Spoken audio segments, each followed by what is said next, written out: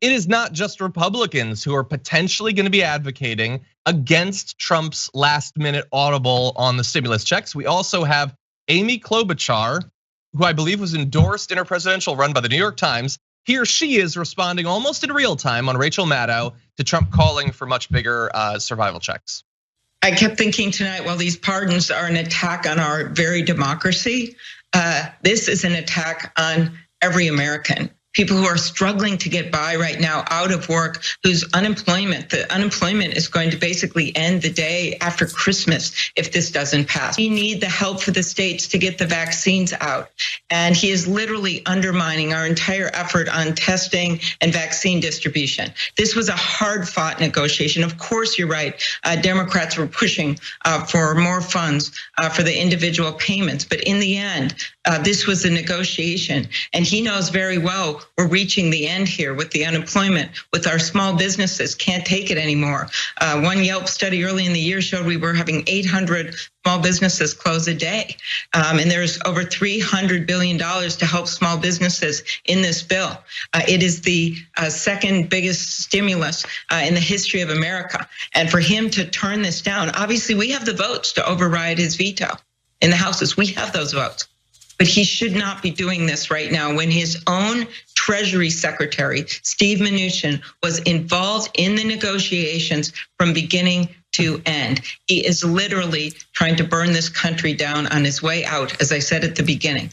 And all we can do is push and make it very clear as we go into these Senate races in Georgia, Rachel, which party has people's back and which party is in the White House. Well, I think a weird way to get across the message that you're the party after all that has people's backs is for Trump to at the last minute, the Republican, to say the check should be bigger. And then for you to do what Amy Klobuchar is calling for, which is literally to override the veto to make sure that people get smaller checks. That's a weird way to convince people that you actually have their back. Whether you think that Trump is being authentic or whatever, and it's not that she's 100% wrong. There are concerns about not passing this fast enough and the government shutting down and the unemployment insurance lapsing and all of that. But she's calling for overriding his veto, which would mean it would be on the Democrats then that the checks are smaller.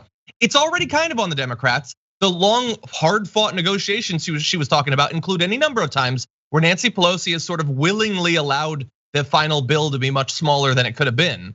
But I really hope, as I think I consistently have, that the Democrats don't listen to Amy Klobuchar. Yeah, part of the detachment from American people is being such a politician. So when you go through this, she went through this long spiel about what she cares about and who's really fighting for the American people. Right after she makes the case that she's not one of those people, it's outstanding. But whenever someone points out how, oh yeah, we went through all this. Yeah, sure, we fought for more money in the bill for people because obviously we're Democrats. Well, how are we so sure of that? Number one.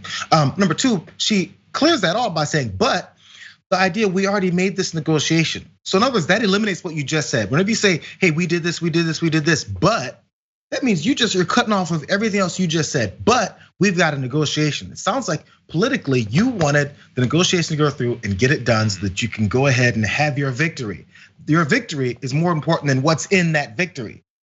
How about we have something that works rather than just have something? That's the argument that we're always having to have with these folks. And one last thing, talk about how small businesses are gonna need help. This stimulus package is gonna help small businesses. I saw a tweet, and I apologize for not remembering who it was because it was amazing. It said, you know what small businesses need? Customers with money.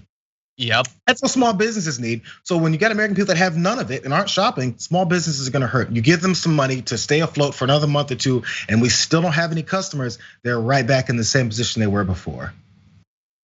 Trickle up economics. Anyway, when yeah, you're 100% care about right. small businesses, just in case I talked about last week. Every time we talk about small businesses, pay attention to what they really want to do for small businesses outside of just talk about them to prop up their political careers. Mm-hmm.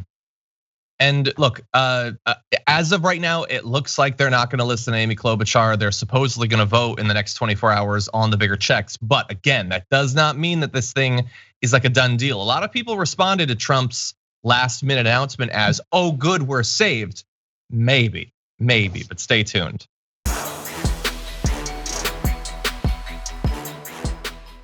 For more political news breakdowns, interviews, stories of activism, and me trying my hardest to care about the occasional big celebrity news story, subscribe to our YouTube channel at youtube.com/thedamagereport. And you can ring the bell wherever it is so you don't miss anything.